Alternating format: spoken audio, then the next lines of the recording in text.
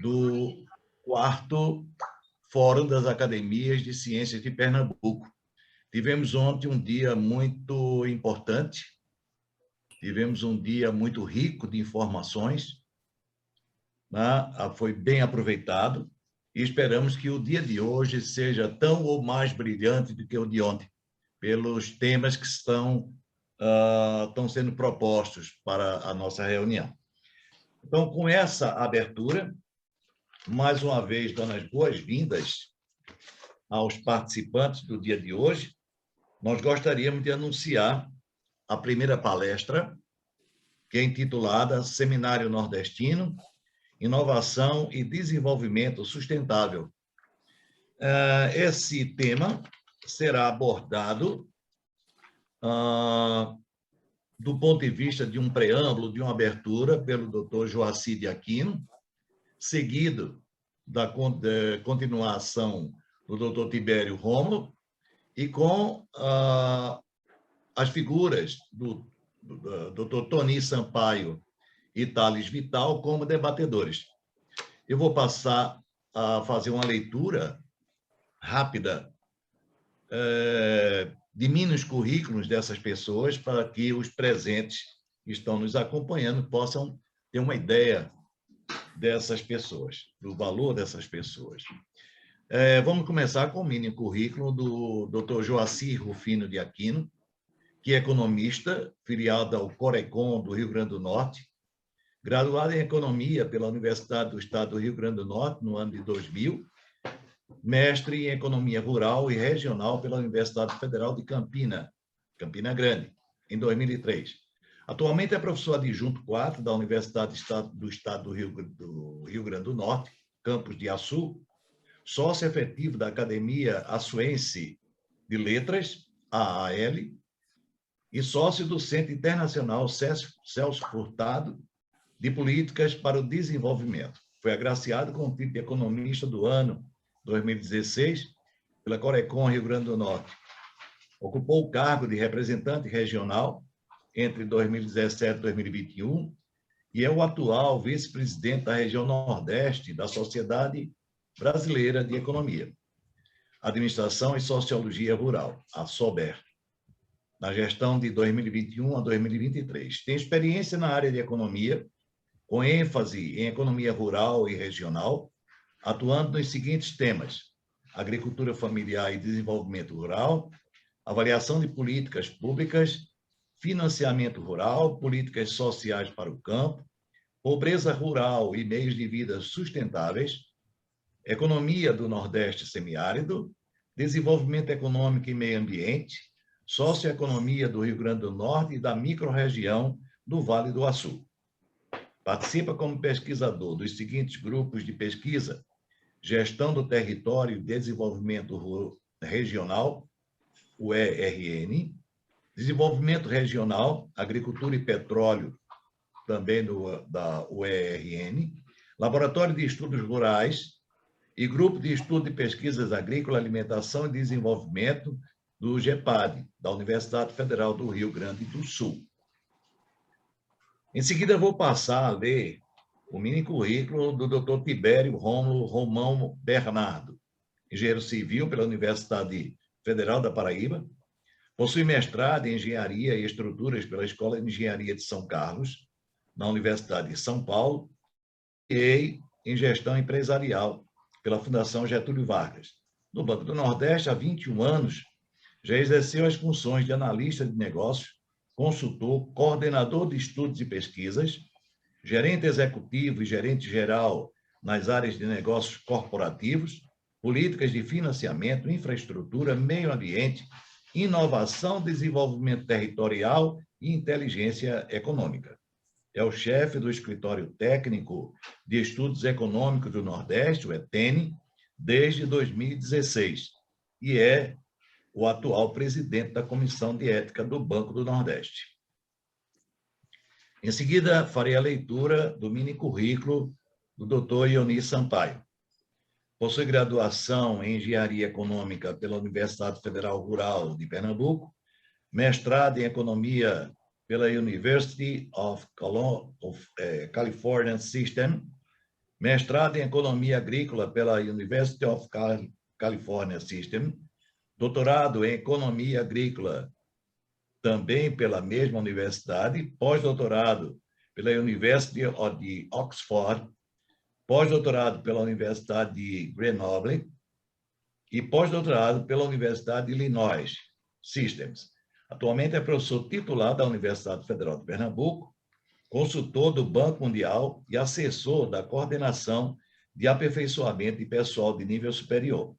Tem experiência na área de economia, com ênfase em crescimento, flutuações e planejamento econômico, atuando principalmente nos seguintes temas: ECON, agricultura, política econômica e reforma agrária. Em seguida, farei a leitura do mini-currículo do Dr. Thales Vital. Possui graduação em Engenharia Agronômica pela Universidade Federal Rural de Pernambuco, mestrado em Economia Rural pela Universidade Federal do Ceará e doutorado em Economia pela Universidade Federal de Pernambuco. Pós-doutorado em Comércio Agrícola Internacional pela Université de Paris e Panthéon Sorbonne. E pós-doutorado em Desenvolvimento Territorial pela Université Pierre Mendès, na França, em Grenoble. Atualmente é professor titular da Universidade Federal Rural de Pernambuco, tem experiência na área de economia, com ênfase em economia agrária, atuando principalmente nos seguintes temas: políticas públicas, agricultura familiar, agronegócio, desenvolvimento sustentável e desenvolvimento regional. Eu quero, com grande prazer, passar a palavra inicialmente ao doutor Joacir de Aquino, que irá fazer uma exposição inicial sobre o trabalho a ser desenvolvido completamente hoje. Em seguida, teremos a palavra do doutor Tibério Rômulo. Desejo toda a sorte, toda a felicidade para vocês e esperamos, ansiosos pelas informações que vocês têm a nos oferecer no dia de hoje, no 4º Fórum das Academias de Ciência de Pernambuco. É um prazer recebê-los. Obrigado, doutor Abílio. Bom dia a todos e todas presentes. É uma grande honra participar desse importante evento. Gostaria, mais uma vez, de agradecer a oportunidade e parabenizar o Fórum das Academias por essa brilhante iniciativa. Para não perdermos mais tempo, eu pediria ao doutor Geraldo para compartilhar a minha exposição, onde eu vou fazer um rápido resumo de um contexto geral, né, do tema geral, para, em seguida, passar a palavra ao doutor Tibério, que vai ser o nosso palestrante principal. Eu intitulei a minha palestra Nordeste Semiárido, Inovação e Desenvolvimento Sustentável em um contexto de múltiplas crises, né? Por favor, doutor Geraldo.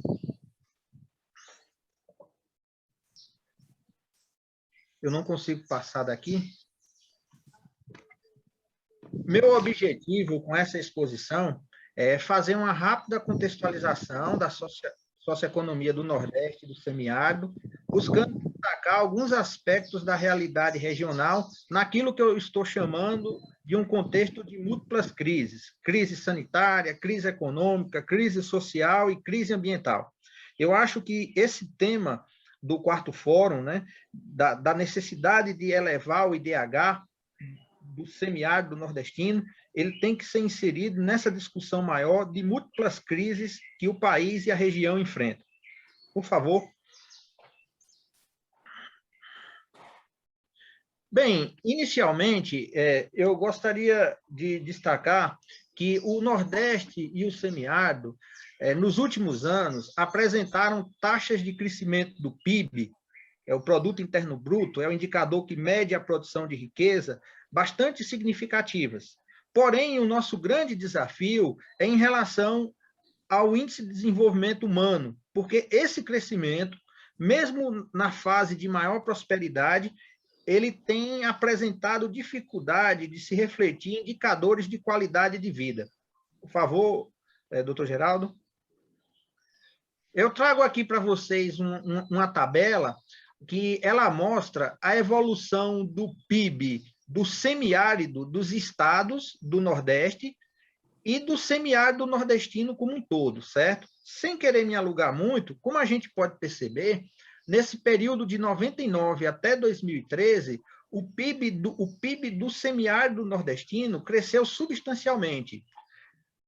O semiárido dos estados, ele também cresceu substancialmente. Observe o semiárido de Pernambuco, certo? Esse PIB aqui trata só do semiárido de Pernambuco, apresentou um crescimento significativo de quase 100% no período.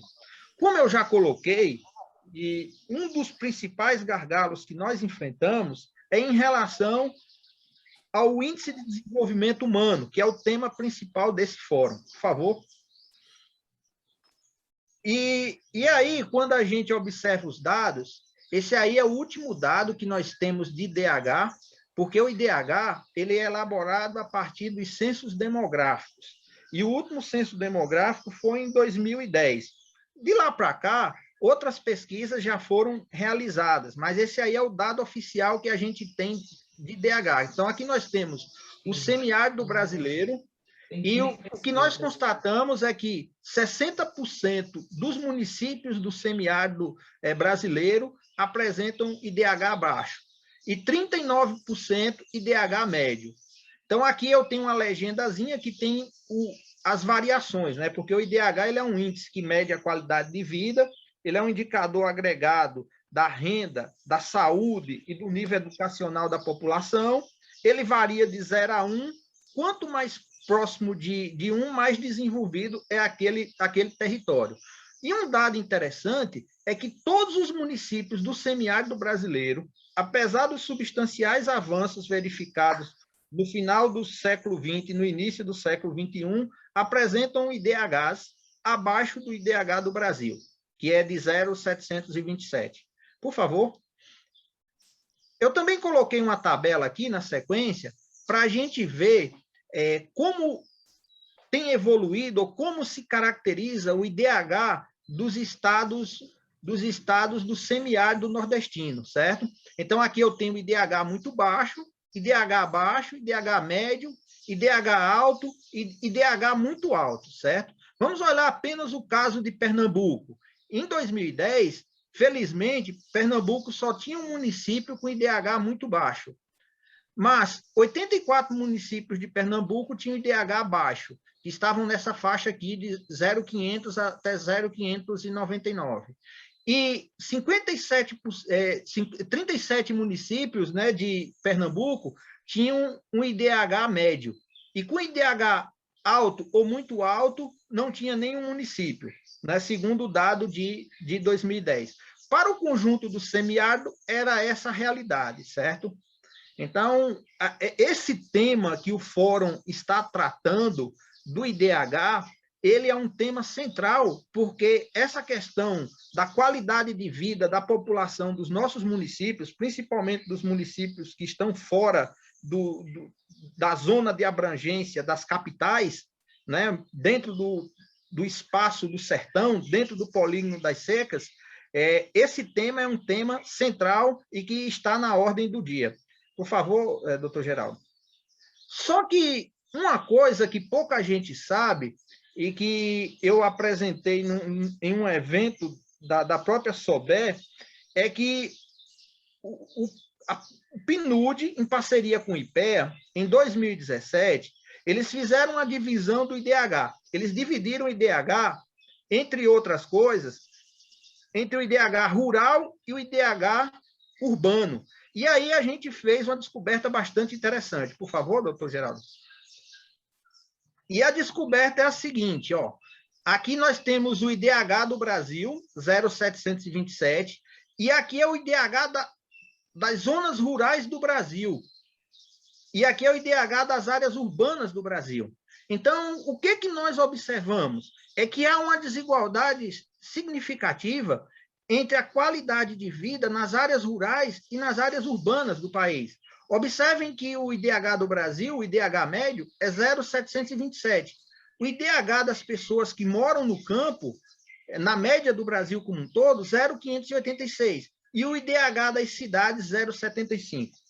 Então, a qualidade de vida nas áreas rurais do Brasil como um todo, quando a gente leva em conta renda, saúde e educação, ainda está muito aquém das áreas urbanas. Se a gente pegar só o caso de Pernambuco, nós observamos que Pernambuco tem IDHs abaixo da média nacional em todas as 3 médias. O IDH de Pernambuco está abaixo da média do Brasil, e quando a gente compara as áreas rurais, é quase semelhante ao contexto do Brasil, e as áreas urbanas, 0,701. Eu também trouxe para vocês, porque para a gente identificar quais são os principais elementos que explicam isso. E 2 fatores explicam esse baixo IDH do Nordeste, principalmente nas áreas rurais. É o fator educação e o fator renda. Por favor, doutor Geraldo. Então, aqui nós temos apenas o IDH educação, que mede as taxas de analfabetismo, acesso à escola, etc. O que é que nós observamos? Nós observamos que o IDH educação do Brasil é 0,637. O IDH educação rural, 0,441. Né? Muito baixo. Já o IDH educação urbano, 0,676. Se a gente pegar o caso de Pernambuco, novamente, Pernambuco está abaixo da média do Brasil, no IDH total, e quando a gente vai ver o IDH das áreas rurais do Brasil e das áreas urbanas, percebe-se também essa grande desigualdade, certo? Então, em termos de qualidade de vida no Nordeste, no semiárido, a situação é mais preocupante realmente nas áreas rurais. Por favor. Do ponto de vista da renda média da população, a situação se reflete. Esse dado é de 2010 e provavelmente, se fosse deflacionado, teria outro resultado. Mas o que é que nós observamos? Que a renda per capita das famílias no Brasil é inferior a 800 reais. Quando a gente vai ver a renda rural, há uma grande diferença entre a renda média das famílias rurais e a renda das famílias urbanas. Olhando para esse dado, é fácil entender porque tantos jovens, né, numa situação dessa de baixa renda, eles tendem a migrar para procurar novas oportunidades de trabalho nos espaços urbanos. A realidade de Pernambuco, Pernambuco tem uma renda média bem mais baixa do que o conjunto do Brasil, e nas nossas áreas rurais, a renda é quase 3 vezes inferior à renda urbana. Então, isso aqui se coloca como um grande desafio. Por favor, doutor Geraldo. Mas, falando rapidamente, esse semiárido nordestino, que tem uma economia que cresce, mas que mesmo assim tem um baixo IDH, especialmente nas áreas rurais, ele tem algumas novidades. E, para mim, uma das novidades históricas mais importantes que nós assistimos nos últimos 50 anos foi a grande seca que aconteceu na região recentemente, sem migração. Às vezes a gente esquece disso, né? Até o finalzinho do século XX, no início dos anos 90, uma seca, ela representava, em termos de Nordeste, em termos de semiárido, um grande flagelo social, né? Com invasão de cidades, levas de migrantes nas estradas, pessoas morrendo de fome. E agora, a gente teve, de 2012 a 2017, uma das maiores secas dos últimos 100 anos no Nordeste, e mesmo assim a gente não teve imigração, porque aconteceram muitas coisas no semiárido que tornou a economia do semiárido mais resiliente. Por favor, doutor Magela. Eu trouxe aqui uma tabela, né?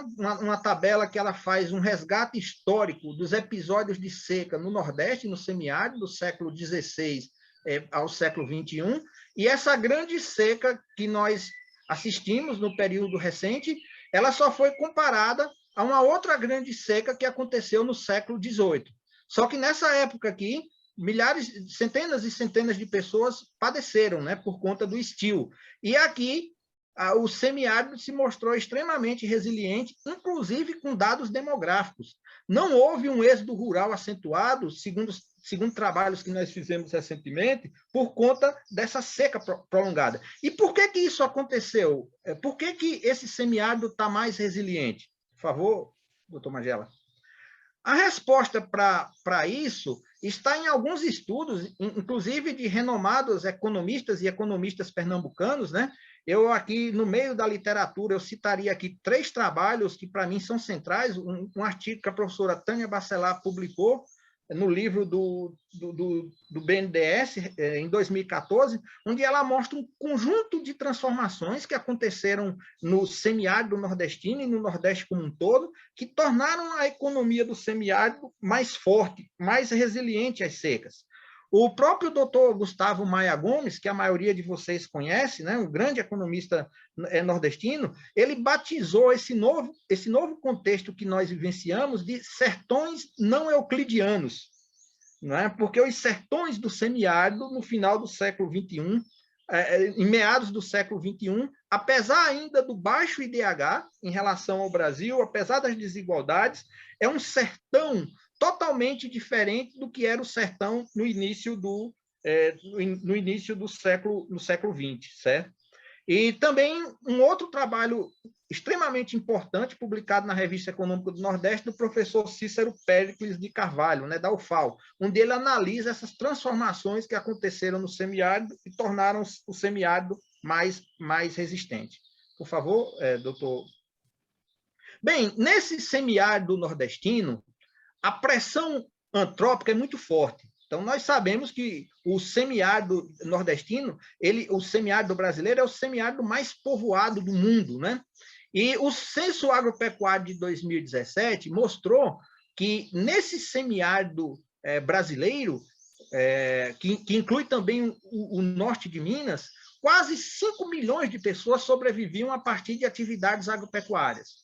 Desse contingente de quase 5 milhões de pessoas, 3,6 milhões eram agricultores familiares. Então, a agricultura familiar no semiárido, ela representa a maioria absoluta dos estabelecimentos, ela detém em torno de 41% das terras e ocupa 75% da mão de obra. Mas é um desafio muito grande em um contexto de mudanças climáticas, garantir atividades econômicas que viabilizem a reprodução social de todo esse contingente de habitantes, né, que dependem, direto ou indiretamente, da agropecuária para sobreviver.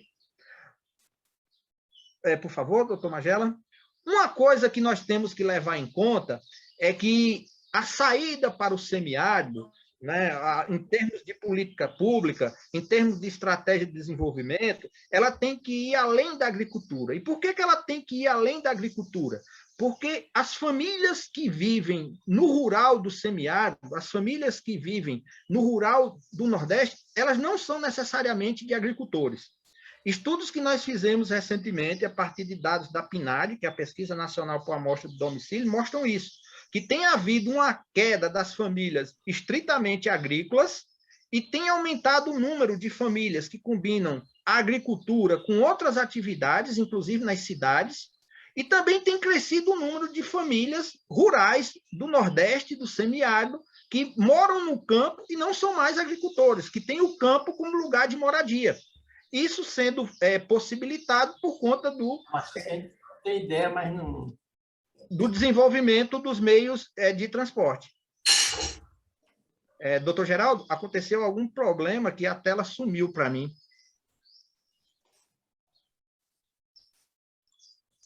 Alô? Doutor Geraldo? Só um momento, Joaci, estou tentando retornar aqui porque houve uma interferência. Só um momento. Tá. Ok, tranquilo. Só vou novamente, vou dividir aqui.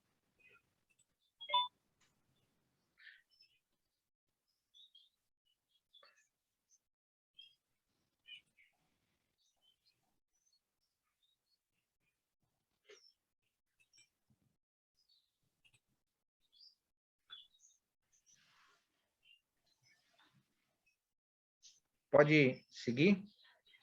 Eu vou adiantar um pouquinho, né, por conta do horário.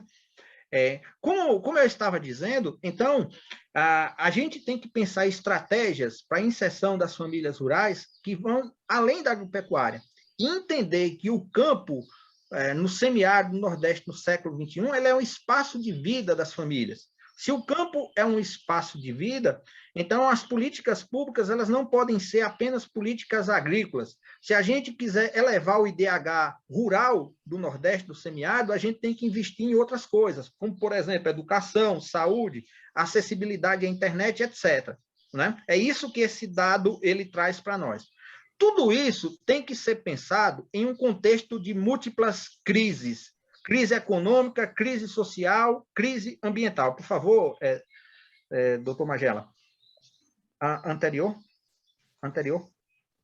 Bem, esse aqui é um gráfico que ele mostra a evolução da economia do Nordeste, e o semiárido está incluído, e a economia do Brasil. Então, o azulzinho é a economia do Nordeste, e essa outra cor aqui é o Brasil. O que nós observamos? Que no período recente, tanto o Nordeste como o Brasil apresentaram taxas de crescimento importantes. Só que desde 2014, no final de 2014, 2015 em diante, a gente enfrenta um período de crise econômica ou recessão econômica. Antes da Covid, a região Nordeste e o semiárido já estava apresentando um contexto de múltiplos problemas, certo? E aqui vai ter um impacto direto no mercado de trabalho. Então, o mercado de trabalho das cidades do semiárido, das cidades do Nordeste, ele vem sofrendo um processo de atrofiamento desde 2015, que foi agravado pela Covid-19. Uma outra coisa, nós estamos discutindo aqui desafios para o desenvolvimento do Nordeste e do semiárido, mas como a gente pode ver por esse gráfico, o comportamento da economia do Nordeste está bastante atrelado ao que acontece no Brasil. Pelo menos é o que os dados nessa breve série histórica mostram, certo? Então, a estratégia de desenvolvimento do Nordeste e do semiárido, ela tem que estar inserida no contexto nacional, né? Numa estratégia nacional de desenvolvimento. Por favor, doutor Geraldo. Uma preocupação anterior, uma preocupação que foi levantada ontem, inclusive na brilhante palestra do doutor Geraldo, é em relação à questão social. Então, o Nordeste avançou muito. Esse aqui é o dado de 2004, e esse vermelho aqui, ele diz que mais de 10% da população está em insegurança alimentar grave. Quer dizer que o Nordeste e o Norte do Brasil eram as regiões do país, em 2004, que mais de 10% da população passava fome. Nós tivemos vários avanços na economia, nas políticas sociais. O Brasil e o Nordeste saiu do mapa da fome, mas desde 2018, os dados da POF e do IBGE mostram isso, e principalmente a partir de 2020, o Nordeste voltou a ser uma área onde prevalece um grande índice de insegurança alimentar. No Brasil todo, como foi colocado ontem, a gente tem em torno de 20 milhões de pessoas passando fome. E a maior parte dessas pessoas em segurança alimentar grave estão concentradas no Norte e no Nordeste. Então, isso aqui é uma situação extremamente preocupante, porque mostra que o nosso desafio social é gigantesco. E também mostra que nós tivemos avanços, mas nós estamos vivendo um momento de retrocessos. Então, esse desafio de pensar o futuro que está sendo feito no fórum, ele é um desafio instigante, mas a gente tem que levar em conta isso, né? Aprender essas lições do passado. O que foi que nós fizemos de correto que nos fez sair do mapa da fome e por que nós voltamos agora? Né? Então, esse é um desafio de curto prazo estratégico, né? Porque o Nordeste, junto com a região Norte, se tornou novamente uma área de alto nível de insegurança alimentar. Por favor, doutor Geraldo. Uma outra coisa preocupante é que eu falei que a agricultura familiar é o setor predominante no semiárido. Esse aqui é um gráfico que eu elaborei com uma colega do IPEA, onde a gente pegou os agricultores familiares mais pobres, que são todos os agricultores familiares com renda até 20 mil, e a gente comparou com um total de estabelecimentos rurais de cada município do Brasil. O que nós constatamos? Esse amarelinho aqui, ele disse que 60% a 80% dos estabelecimentos são pobres. Aqui, se 80% a 100% dos estabelecimentos são pobres. O que nós constatamos?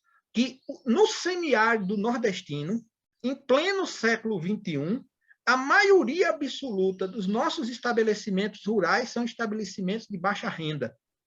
Então, esse vermelho aqui é aquele percentual de 80% a 100% dos estabelecimentos, mostrando que há uma grande concentração de agricultores familiares pobres dentro da nossa agropecuária. Como já era esperado, os agricultores, os menores percentuais de pobreza rural, é onde está mais azulado, fica aqui no sul do Brasil. Mas mesmo no sul, eles têm uma parcela grande de 60% a 80% dos estabelecimentos em algumas áreas de agricultores pobres, né? Então, é um desafio muito grande. Por favor, doutor Geraldo.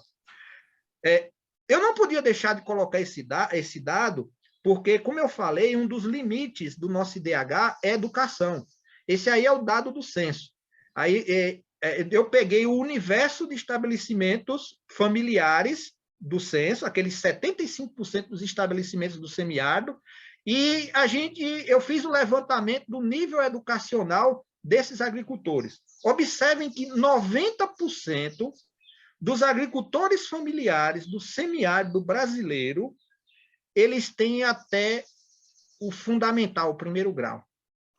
Então, é um baixo nível educacional, principalmente dos chefes de estabelecimento, que são os agricultores mais velhos, né, que comandam os estabelecimentos. Por outro lado, isso aqui é a capa da revista Globo Rural de setembro de 2021. E essa reportagem da Globo Rural, ela mostra a dificuldade que os jovens do campo, no semiárido nordestino, enfrentam para ter acesso a novas tecnologias, para ficar no campo. Inclusive, o título da matéria é Vidas Desconectadas. E a reportagem analisa o caso do Ceará, mais detidamente, né? Mostrando que os chefes de estabelecimentos, que são agricultores mais velhos, têm um baixo nível educacional, e os jovens que moram no campo, por conta da falta de acessibilidade à internet, eles têm uma grande dificuldade de se conectar com essa nova realidade. Evidentemente, como um dos temas dessa mesa é inovação, é muito difícil inovar tecnologicamente ou na parte de assistência técnica num contexto como esse. Então, o desafio é gigantesco. Por favor, doutor Magela.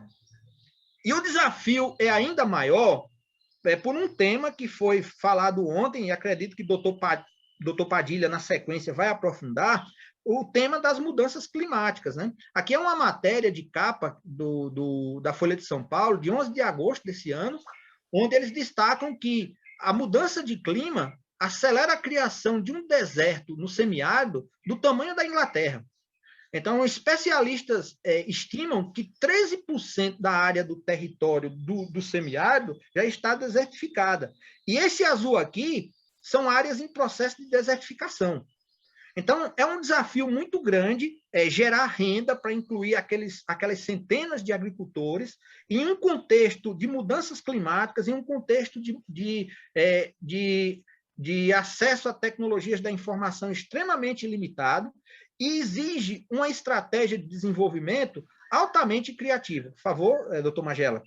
É por isso que, no meu entendimento, e acredito que é o entendimento também dos que pensaram esse fórum, né? E eu tenho conversado muito sobre isso com o doutor Leonardo Sampaio, né? Trocando algumas figurinhas a respeito, que nesse contexto de múltiplas crises que nós enfrentamos no Brasil e no Nordeste semiárido em particular, é fundamental a geração de conhecimentos científicos e técnicos para subsidiar e para pensar estratégias visando o desenvolvimento sustentável da região. A exemplo do que tem feito historicamente o ETN-BNB, que é o que o doutor Tibério vai nos apresentar agora. Ok? Por favor, doutor Geraldo. Era isso, pessoal, era esse comentário geral que eu gostaria de fazer, né, desse contexto amplo que nós nos encontramos, e agora eu passo a palavra para o doutor Tibério para que ele possa fazer a sua exposição. Muito obrigado. Bom dia a todos.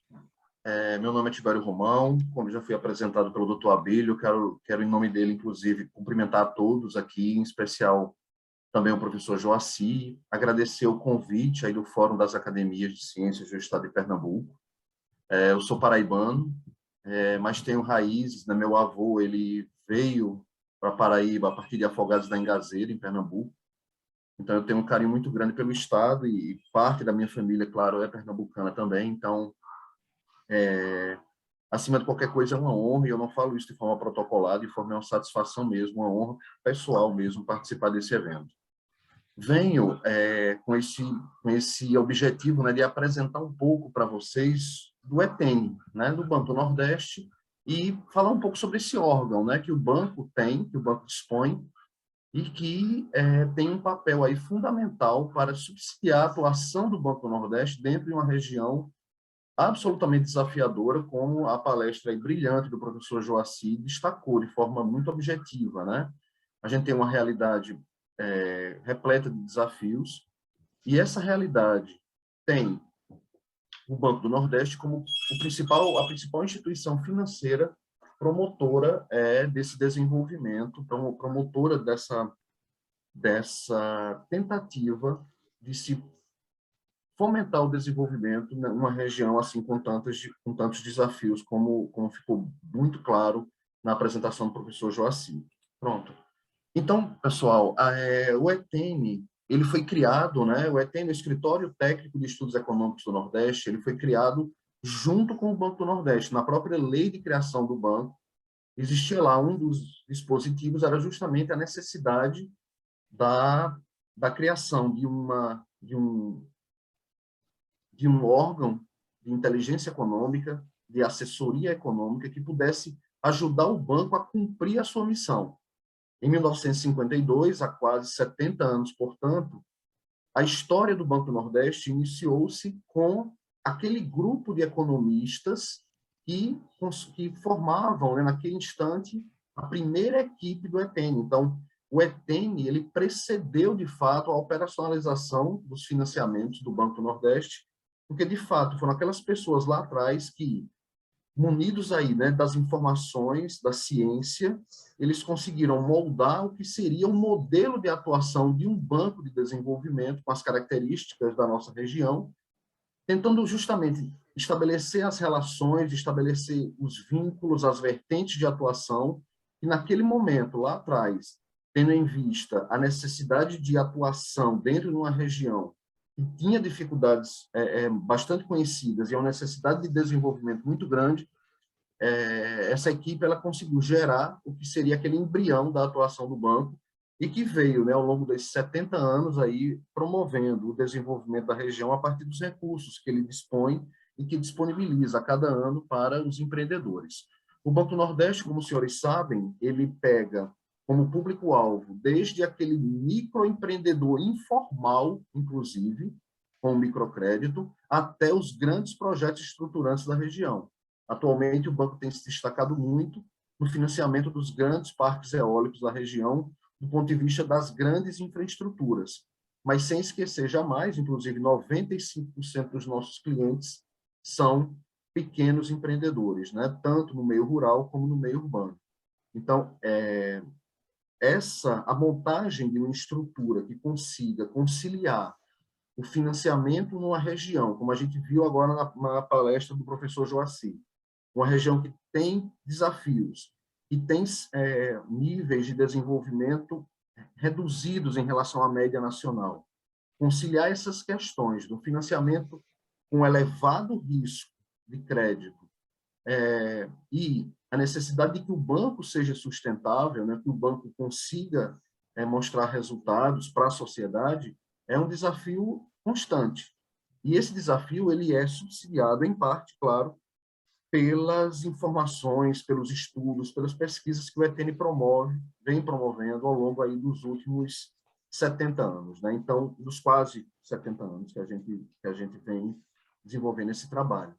Então, o ETN funciona justamente como isso, né? Como essa unidade de assessoria econômica, de inteligência econômica do banco, para que o banco possa desenvolver melhor, ou desenvolver de uma forma mais, vamos dizer assim, embasada a sua atuação nessa região. Eu vou passar aqui.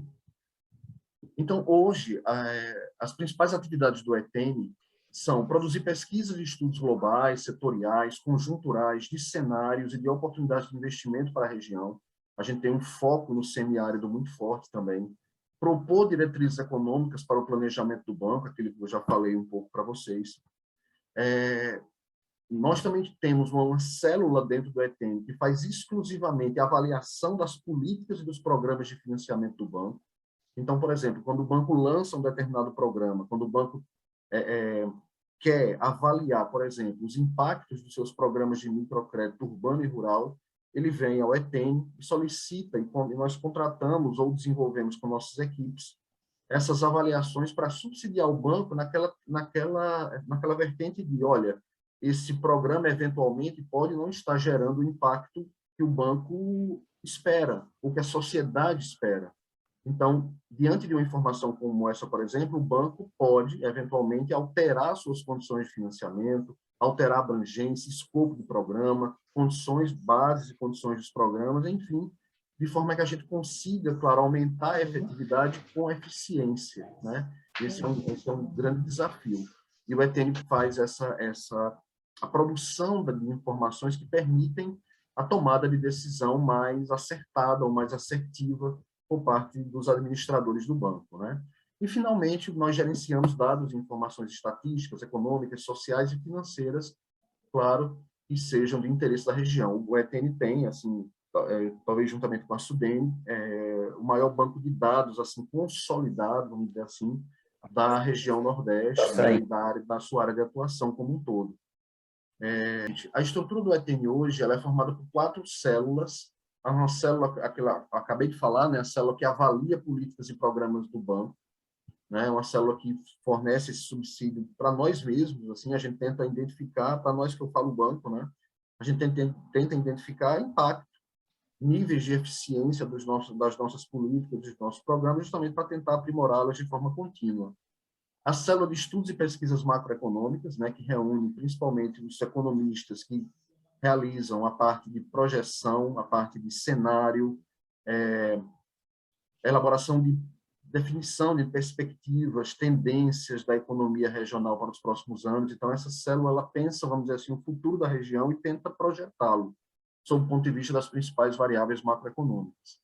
A célula de estudos e pesquisas setoriais, a terceira célula, ela já dá aquele foco mais micro, ela entra realmente nas atividades, e entra nas atividades considerando principalmente, né, como não poderia deixar de ser, aquelas atividades que são importantes para a economia do semiárido nordestino. Então, mensalmente são produzidas informações sobre essas diversas atividades. Essas informações elas são disponíveis na internet, elas são livres, né, são do domínio público, produzidas pela nossa equipe, e tanto colocam isso para a sociedade, como também, claro, subsidiam principalmente os nossos processos críticos do banco, né? A nossa central de análise de projetos, óbvio, né? Quando a gente recebe um projeto de uma determinada atividade, o banco bebe, vamos dizer assim, dessa informação atualizada sobre uma determinada atividade para saber, para avaliar nível de risco, de capacidade de pagamento, viabilidade econômico-financeira. É mais um dado de entrada, vamos dizer assim, nessa análise mais apurada da questão dos projetos que nós recebemos para financiamento, né? Mas também, essas informações também ajudam o banco a fazer um processo de administração do crédito de forma mais eficiente, ajuda nos processos de recuperação do crédito, né? A gente sabe que as atividades, elas vivem seus ciclos, muitas vezes esses ciclos de baixa geram um aumento na inadimplência, geram default, e gerando isso, o banco precisa atuar dentro do seu processo de recuperação de crédito. Para recuperar melhor, para tentar atuar de forma mais eficiente, o banco também utiliza as informações do ETN para que essa recuperação de crédito possa ser feita dentro dos parâmetros aí da melhor prática bancária possível, né? E, claro, considerando a realidade regional. Finalmente, a célula de gestão de informações econômicas, que é a célula que, em resumo, faz a gerência de todas as bases de dados que estão à disposição do ETN e, por consequência, à disposição do banco para que a gente possa realizar os nossos estudos, propor as nossas estratégias e tudo mais. Ao longo do tempo, pessoal, o ETN ele mudou muito, né? Ele viveu várias fases de idas e vindas. O ETN ele já abarcou, inclusive, a área de desenvolvimento de políticas de financiamento, né?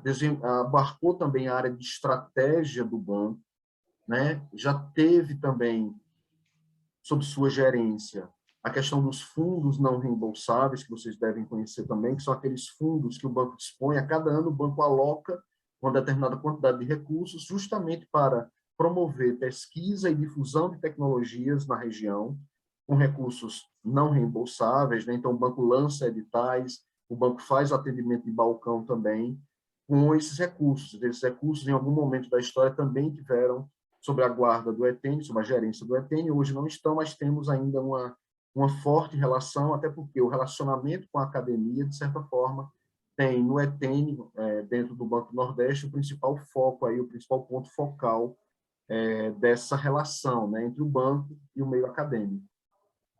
Eu vou pular aqui alguns slides que eles detalham aquilo que eu já falei, né, das diversas células, quais são as atividades de cada uma dessas células. Está passando, professor Magela? Está passando, sim. Pronto.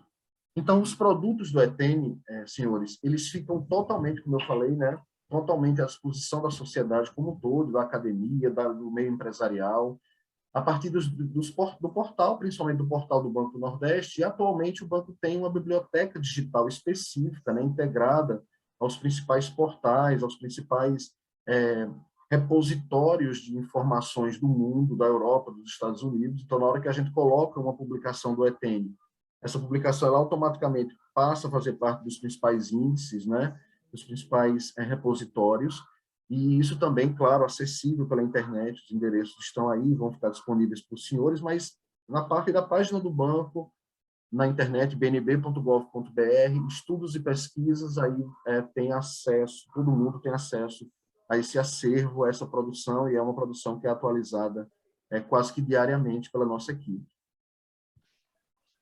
Eu vou mostrar um pouco, assim, fazer muito, de forma bastante rápida, não é? Assim, antes de começar aqui mostrando o que nós temos hoje, em termos de produtos de prateleira, é importante salientar um aspecto, né, que eu conversei com o professor Joacim, inclusive, antes desse momento, que é aquela história de que a gente, ao longo de todo esse período, o ETN produziu inúmeros estudos, ou a partir de sua própria equipe, ou contratando, né, lançando licitações e contratando empresas de consultoria, fazendo termos de parceria, convênios, os mais diversos instrumentos, de forma a viabilizar, a promover uma série de estudos, esses estudos de grande impacto para a região. Foram estudos que marcaram, de certa forma, a história da região a partir das suas informações. Então, são diversos. O mais recente deles foi o conjunto de estudos que compôs o que nós chamamos de Nordeste 2022. Né? O ano que vem chegamos aí nesse horizonte. Em 2014, quando esse estudo foi lançado, a gente tinha essa perspectiva, né, de lançar elementos de informação naquela época para que o Nordeste hoje pudesse ter, assim, para naquela época a gente pudesse ter uma projeção de como estaria o Nordeste, quais eram as perspectivas, quais eram as atividades promissoras, quais eram os focos de dinamismo da região, os polos que estavam surgindo. Então, tudo isso, na década passada, foi um estudo de grande repercussão assim, no meio acadêmico e na sociedade de uma forma geral. E foi um estudo contratado, foi capitaneado pela professora Tânia Bacelar, com diversos expoentes da pesquisa regional, né, dos estados.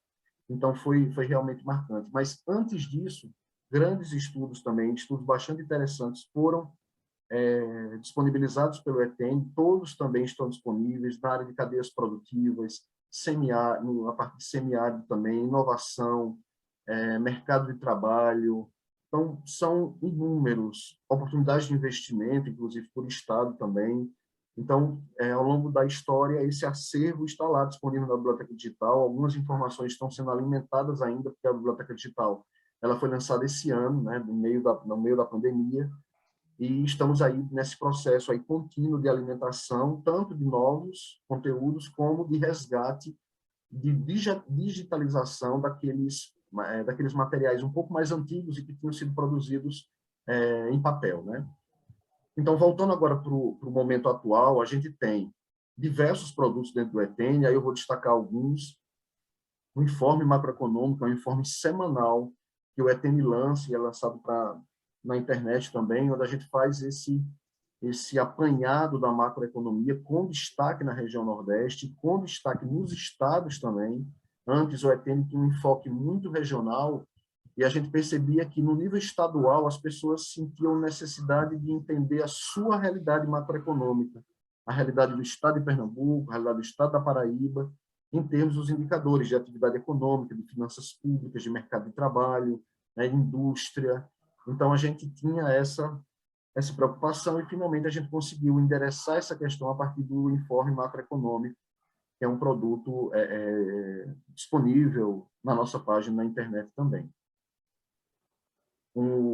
A revista BNB Conjuntura Econômica é uma revista trimestral do ETN.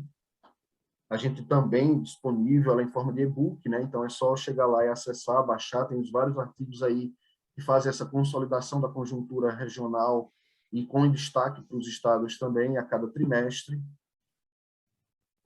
Outro produto interessante também do ETN, aqui que eu até mencionei no início, são os cadernos setoriais. Então, a cada mês, o ETN lança um caderno setorial, e esse caderno setorial traz em si de 5 a 6 análises setoriais específicas, né? Então, aqui a capa está mostrando um estudo de cajucultura, por exemplo, mas a cada mês a gente percorre, vamos dizer assim, as principais atividades econômicas regionais, e, claro, aquelas atividades que têm uma importância para o semiárido são destacadas de forma muito contundente nesses nossos estudos também.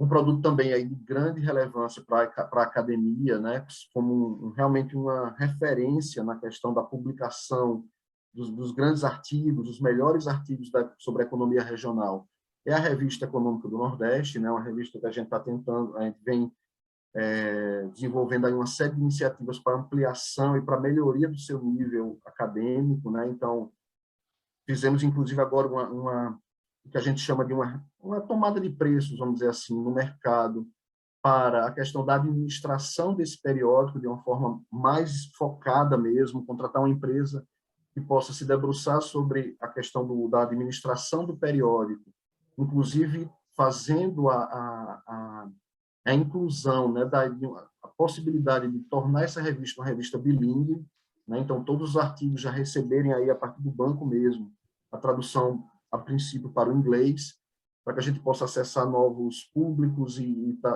elevar o nível da revista também para um patamar maior e melhor e mais atraente também para a academia de uma forma geral.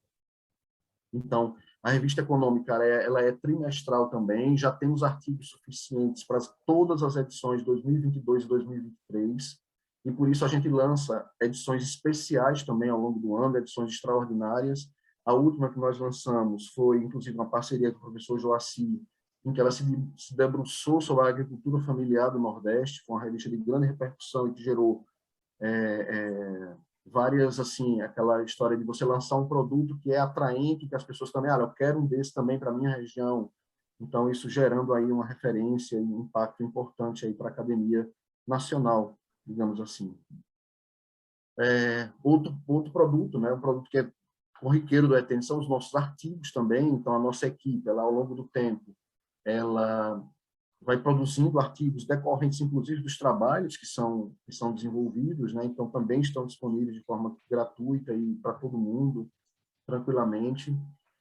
Os informes ETN também, que são informes, são trabalhos um pouco maiores, de uma abrangência, de um escopo maior do que aquele do artigo, e que se debruça sobre temas como indústria bancária, principalmente. A gente entra na questão das finanças públicas a partir desse tipo de estudo. Aqui, especificamente, esse é um estudo sobre tecnologia bancária.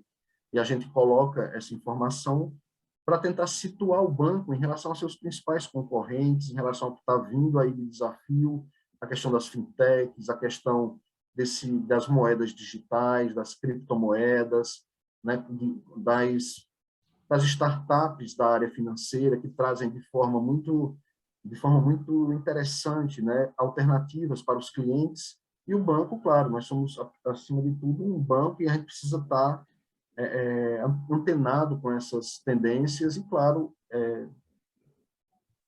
com a capacidade de fazer alterações no nosso modelo de negócios para que a gente consiga, de fato, atuar em consonância, né, com esse novo mercado e com as necessidades dos clientes, da própria economia, né, de certa forma.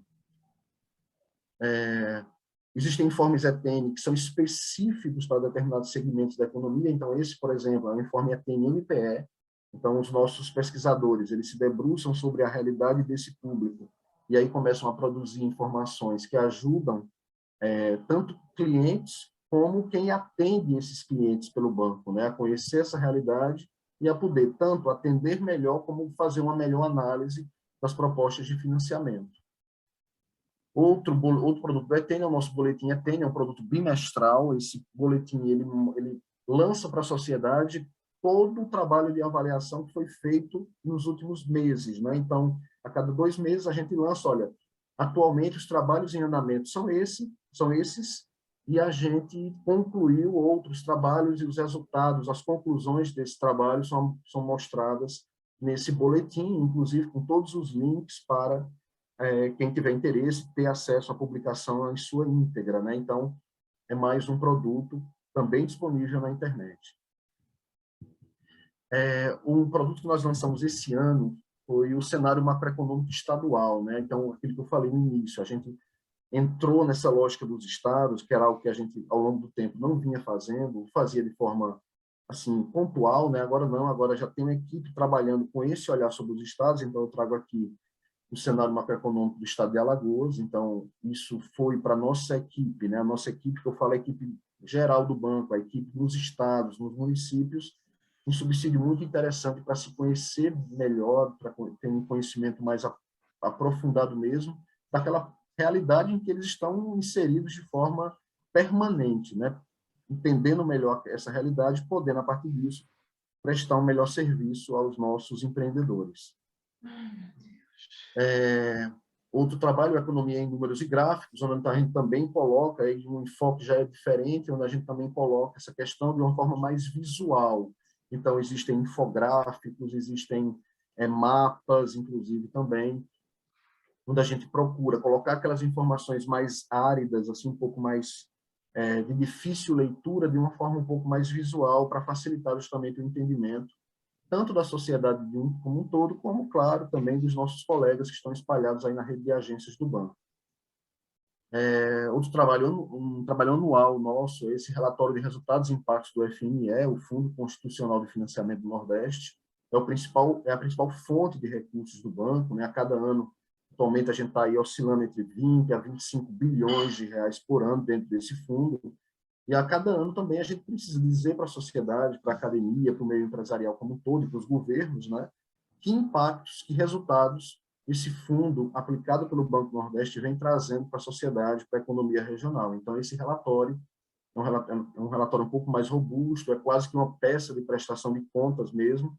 A gente traz essas informações e disponibiliza para todo mundo. Temos também o Agroinforma, que já é um produto, é um informativo, mas focado na área agrícola, né?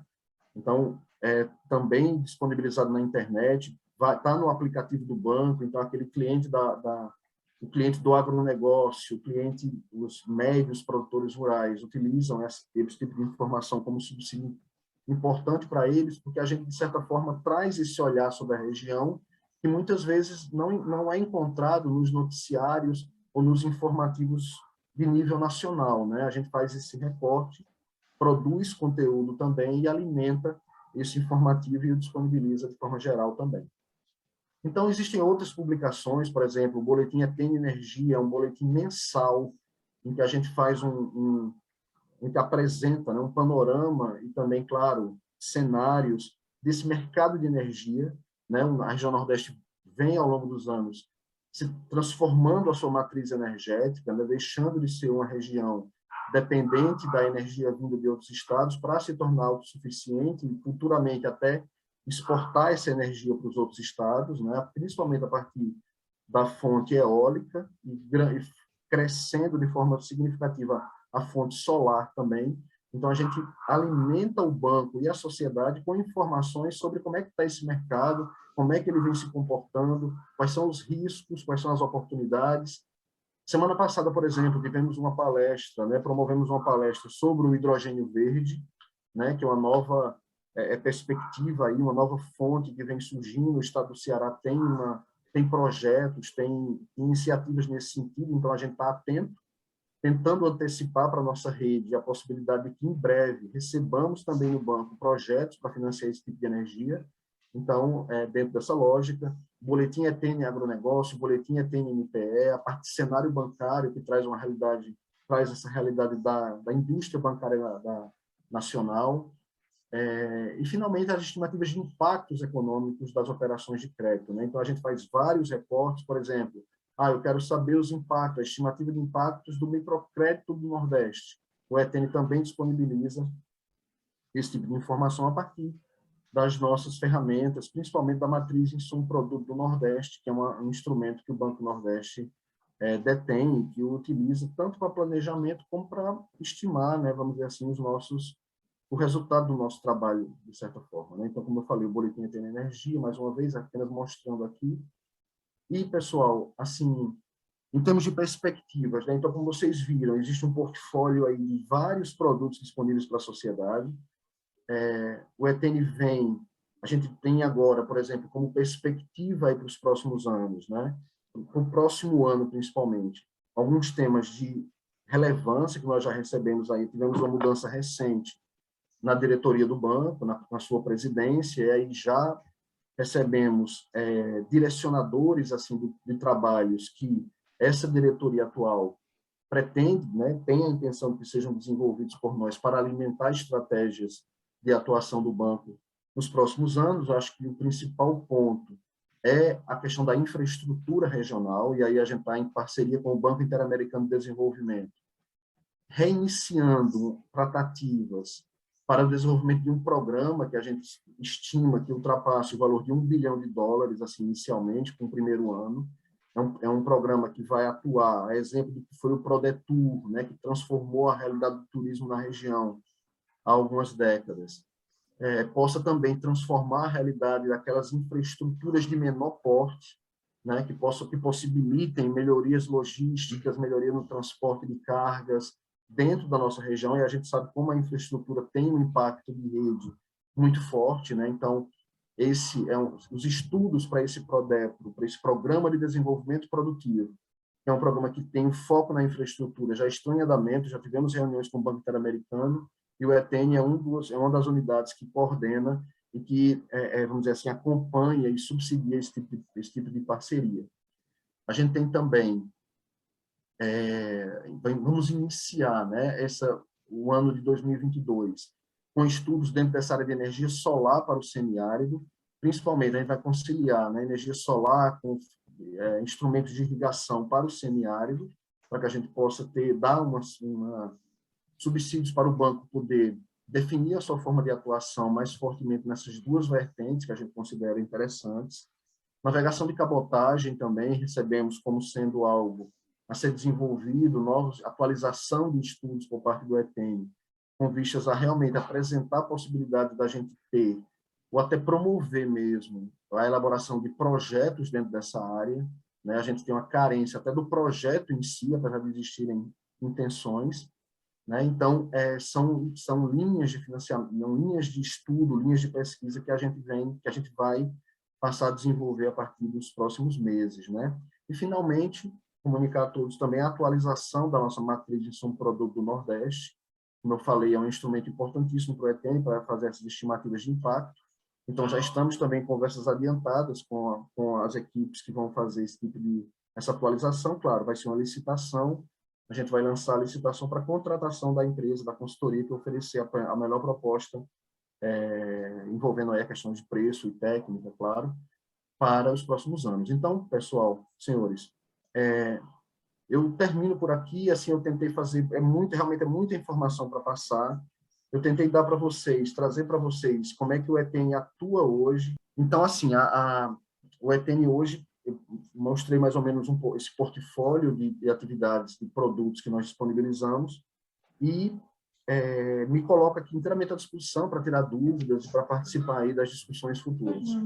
Em primeiro lugar, gostaria de agradecer o convite que me foi feito, inicialmente pelo professor Leonardo Sampaio e, posteriormente, pela organização do Fórum,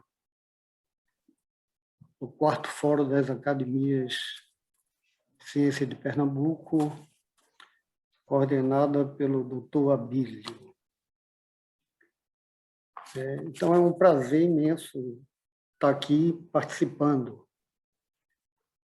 E sobre um tema extremamente importante para a região essa onde nós trabalhamos durante 30 anos em diversas pesquisas de campo, né? Acompanhando diversos programas de desenvolvimento regional e também pesquisas científicas sobre inovação tecnológica. Então, ter essa possibilidade de participar é extremamente importante e acompanhar as mudanças que vêm ocorrendo. Eu começaria, para começar pela ordem das apresentações, o professor Joaci levanta questões fundamentais porque a nossa compreensão de desenvolvimento tem que ser desenvolvimento com inclusão social. Não adianta desenvolvimento onde não tenha inclusão social. Embora saibamos que a economia crescendo, cresce as parcelas que são distribuídas na estratificação social. Ou seja, é melhor um bolo maior do que um bolo menor, porque mesmo sem distribuição de renda, se a economia cresce, o bolo maior distribui partes maiores com toda a sociedade. Talvez isso é que tenha tirado o país do mapa da fome, né?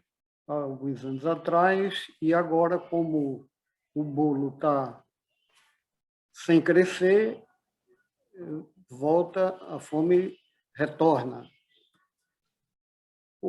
A questão regional que nos preocupa, primeiro, é essa quantidade imensa de pessoas que moram nessa região semiárida. Eu faria uma ponderação em relação à renda, porque no meio rural tem muito escambo, tem muita troca. A monetização da economia não é o forte. Então, nós podemos ter... A qualidade de vida pode ser boa, pode ser menos ruim do que parece para as estatísticas, e que é uma massa de informação não identificada. Ou seja, nós temos economias não qualificadas, né? Economia de escambo, que é comum na agricultura familiar, por exemplo, e que não está quantificada. O outro é a própria qualidade de vida, né? Do ponto de vista do que o o meio ambiente no campo oferece, né? Luiz Gonzaga tem diversas músicas e letras que retratam essa qualidade, né? Que muitas vezes passa despercebido da gente. Eu me lembro que há pouco tempo, quando a gente estava em Montpellier, se falava de áreas de tranquilidade. As pessoas iam para o campo em busca de uma condição de vida fora do ambiente urbano, no sentido do silêncio, do vínculo com a natureza. Então, é evidente que isso tudo não pode ser avaliado e nós nunca fizemos avaliação disso. Então, é um outro aspecto que eu faço referência. O que a gente vê recentemente é uma coisa interessante. Nos anos 80, nós fizemos uma pesquisa, junto até com o Leonardo, do CASE, o projeto CASE, quando estava se introduzindo a energia solar na região, e diversas fontes de energia alternativa, o biogás, e é evidente que a energia eólica não tinha a importância que tem hoje. Mas o que a gente vê é a crise do setor energético, da energia hidráulica e a busca da saída para a energia eólica e energia solar. Sobre esse aspecto, eu acho que nós vamos crescer muito. Nós podemos fornecer energia para o resto do país. Temos a base física para isso, né? Temos uma base física para isso, que é o semiárido. E, em relação ao semiárido, eu acho que a questão da educação e a questão da organização social. Eu acho que o que cresceu muito no meio rural foi a organização da população, o empoderamento a nível municipal, a nível estadual, dos diferentes grupos no campo. Então, hoje, eu acredito que a gestão pública municipal passa por uma negociação de distrito a distrito com os setores organizados. Eu acho que isso é um ganho imenso. O Banco do Nordeste, de alguma forma, se beneficiou disso no microcrédito, que foi um outro programa que eu participei e fiz um estudo para o banco sobre Pernambuco, o microcrédito do Banco do Nordeste, né, na região. Eles publicaram também uma revista especial do banco, fizeram agora com agricultura familiar. Então, essa questão não foi abordada e, posteriormente, eu gostaria de ouvir os palestrantes sobre essa questão da organização social, porque nós vemos o seguinte: o banco tem os programas e o banco é o banco. O banco é um banco. O banco é um banco. A gente precisa entender isso. Tem limitações do ponto de vista do desenvolvimento regional. Ele tem uma contribuição imensa, que é a administração do fundo, e tem os estudos setoriais e macroeconômicos que permitem a alocação desse fundo, que é reproduzido em programas de crédito. Muito interessante isso. Nós temos diversas... Eu mesmo tenho exemplos de ação do banco por exemplo, o apoio à piscicultura de tanque-rede. Teve todo um trabalho em Petrolândia, onde o banco montou crédito especial para poder financiar essa avicultura, essa apicultura de tanque-rede. Então, são diversos exemplos que nós temos. Os apoios que o banco deu para o desenvolvimento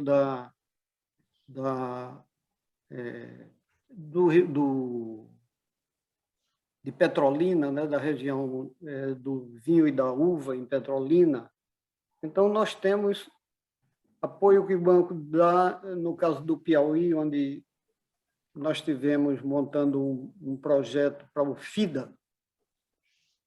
É impressionante essas contribuições, mas as contribuições são pontuais no sentido da alocação dos recursos de desenvolvimento regional, basicamente do fundo, e do suporte de apoio nos estudos e pesquisas que ele desenvolve, que são extremamente importantes.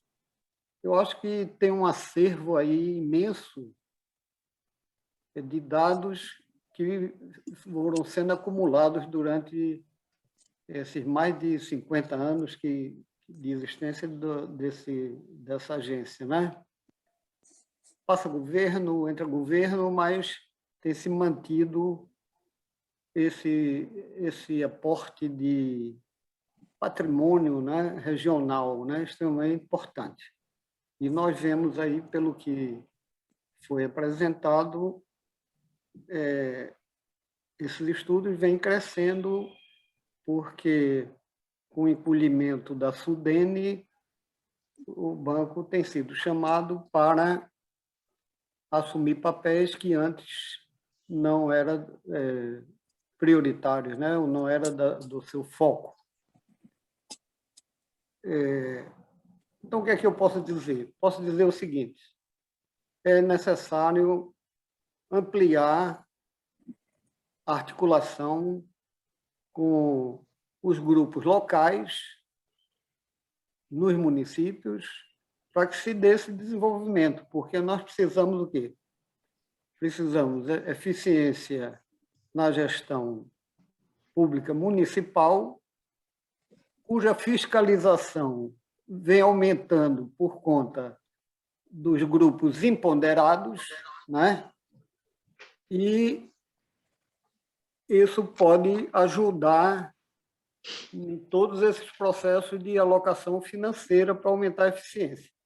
Então, espero, né, que haja um crescimento muito grande da produção de energia eólica e energia solar na região.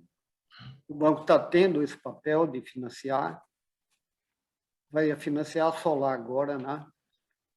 Já vinha financiando a eólica, os parques eólicos. Obrigado. Muito bem, tentarei cumprir os 10 minutos. Inicialmente, agradecer o convite e parabenizar os apresentadores. Eu considero a Joacy uma brilhante apresentação, o inicial, a abertura que ele fez, e depois o relato feito pelo Dr. Tibério dos diversos instrumentos e da ação do Banco do Nordeste. Eu tentarei comentar esses dois trabalhos, que é o nosso papel, em 3 aspectos que foram mencionados nos trabalhos. O primeiro, Joacy enfatiza muito as mudanças na área rural e o IDH, então eu queria pegar isso como primeiro ponto e dizer, muitos estudos têm chamado, já há bastante tempo, a questão da multiatividade no campo e do percentual de renda que hoje é obtida de outras fontes. Isso é um destaque muito grande, o Joacy observa isso corretamente. Um outro ponto que ele não deu grande destaque, mas isso saiu no artigo nosso, na revista do Banco do Nordeste mencionada sobre a agricultura familiar, eu tenho uma discordância quanto ao conceito de agricultura familiar no Brasil, porque, na verdade, existe uma diferença entre agricultura familiar e agricultura familiar operacional. O governo definiu um operacional porque interessa a ele um programa de apoio à agricultura familiar, mas o conceito de agricultura familiar é distinta. Dentro desse conceito adotado, o que a gente observa é a diminuição do número de unidades de agricultura familiar no Brasil como um todo, inclusive no Nordeste, justamente no reconhecimento do primeiro ponto, que é a diminuição da geração de renda no campo. Unidades que passam a ser mais familiares, onde as pessoas que habitam essa pequena área rural, elas têm atividades fora e estão trazendo renda de outras fontes. Então, isso é um aspecto extremamente interessante e que eu acho que merece maior estudo. O terceiro ponto é a seguinte, que também Joaci tangenciou ele, que eu acho de uma importância muito grande.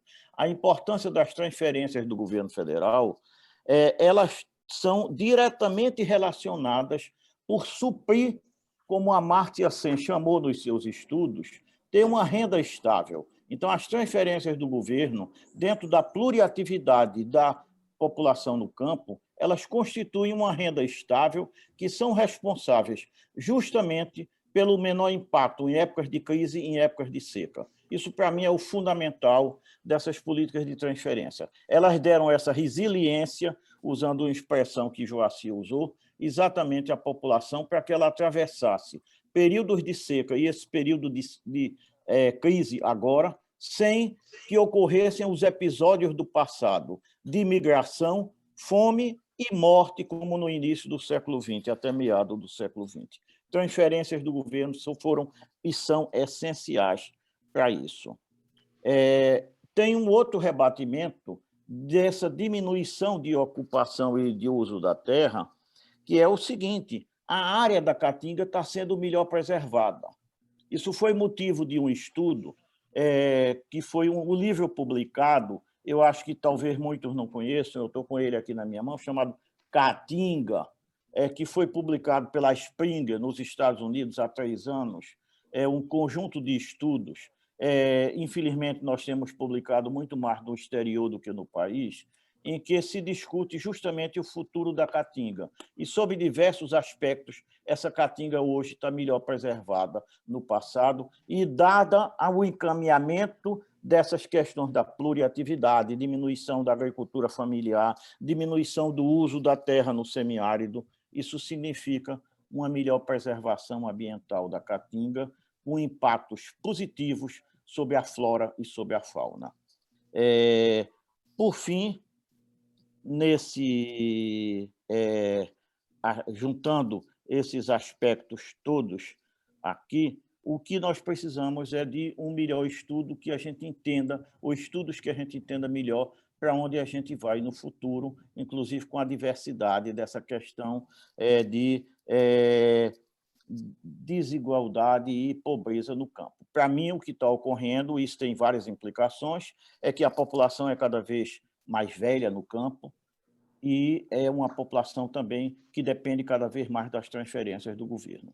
Isso leva a um breve comentário para concluir essa primeira parte em relação ao IDH. Veja, é normal que o IDH rural seja menor, claro, porque a população educada sai do campo. À medida que ela se educa, ela sai do campo. E, segundo, porque a renda, o pessoal que está gerando renda, que está em idade economicamente ativa, está fora, fundamentalmente, do campo.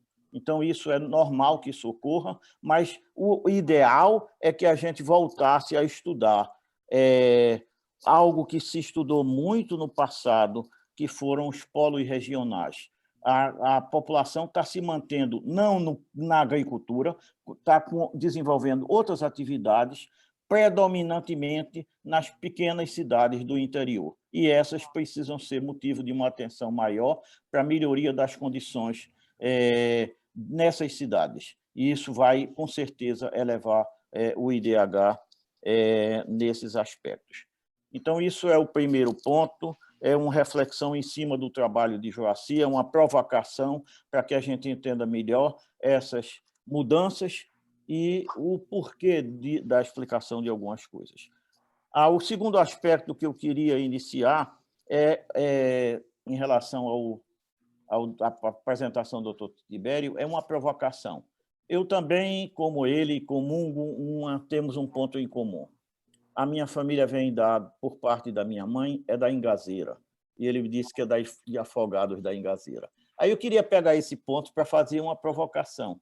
Por que Ingazeira, que foi o núcleo inicial, mudou para Afogados da Ingazeira? O porquê? Porque todo mundo cresceu em volta. Ingazeira foi de Afogados, depois foi de Itabira, cresceu Tuparetama em volta, todo mundo cresce e Ingazeira fica parada no tempo. No passado, nós tivemos estudos brilhantes do IBGE. Eu lembro, por exemplo, os estudos de Esperidião faz sol. Uma coisa da gente ser velha, todos nós somos idosos, é que a gente conhece muita coisa e viveu muita coisa ao longo de 50 anos de trabalho. Os estudos de Esperidião faz sol, ele estudava justamente esses polos regionais. Por que um polo cresce, por que uma cidade cresce e outra não cresce? Então, eu coloco aqui essa provocação. A gente precisa estudar melhor isso, precisa entender isso. Por que Ingazeira parou no tempo e se tornou um dos municípios mais pobres e esquecidos de Pernambuco, quando foi o primeiro município daquela região do Pajeú. E Afogados, muita gente não se adverte a isso, é Afogados da Ingazeira, porque ele era da Ingazeira, e depois a Ingazeira virou de Afogados. Isso eu acho que a gente precisa estudar, porque está na base das diversidades e das mudanças que estão ocorrendo no Nordeste. Eu usei Afogados e Ingazeira apenas, Dr. Tibério, como uma provocação, porque é nosso berço comum das nossas famílias lá para trás. Mas o que eu queria destacar era isso. Em relação aos estudos do Banco Nordeste, também fiquei impressionado, como o doutor Abílio, com o trabalho imenso que vocês estão desenvolvendo. Mas eu acho que o Banco do Nordeste, no passado, teve um papel fundamental em articular os estudos no Nordeste desenvolvidos por institutos de pesquisa nas diversas áreas e pelas universidades. Isso a gente perde muito. Eu vou dar um exemplo. Nós temos dentro da nossa universidade, o UFPE, no PIMES especificamente, um grupo de estudos da política pública chamado GAP. Nós trabalhamos diretamente com o governo federal, analisando grandes políticas para o Brasil como um todo, e usamos Big Data e inteligência artificial para isso. Nós usamos todos os dados disponíveis no governo federal, porque a gente trabalha diretamente com ele, são bases confidenciais, dados a nível, muitas vezes, de pessoa, de indivíduo. Isso a gente usa na análise da política como um todo, sobre o seu impacto sobre a população. É essencial hoje, dentro dessas novas formas de análise, como desenvolvido, por exemplo, por Engels, que foi Prêmio Nobel desse ano de Economia, os novos modelos econométricos para análise do impacto da política pública, usando toda a disponibilidade de dados, o que a gente chama de Big Data e inteligência artificial. Nós trabalhamos direto com o governo federal e temos pouquíssimo contato com o resto do Nordeste e com o Banco do Nordeste. Eu acho que isso era um serviço que, se o banco tomasse isso, faria um serviço imprescindível, que era associar ou ligar essas diversas grupos de pesquisa, muitos trabalhando em temas comuns, em coisas comuns. Por fim, já que eu completei 10 minutos, mas peço 1 minuto, eu só queria fazer uma breve menção a um estudo, já que se falou de educação, um estudo que nós fizemos para o Banco Mundial, faz alguns anos, em que nós simulamos o efeito de mudanças nas escolas rurais municipais. Elas dão o pior ensino, elas têm a pior formação das professoras e o aprendizado pior, usando os índices de aprendizado nacionais, que nós usamos nesse estudo, elas têm um pior desempenho. E nós simulamos o que seria se houvesse uma maior centralização de escolas, em que os municípios simplesmente disponibilizassem o transporte para levar as crianças para essas escolas, que receberiam muito mais atenção, e o impacto em termos de melhoria educacional foi extremamente positivo. Peço desculpas porque passei 1 minuto. Muito grato.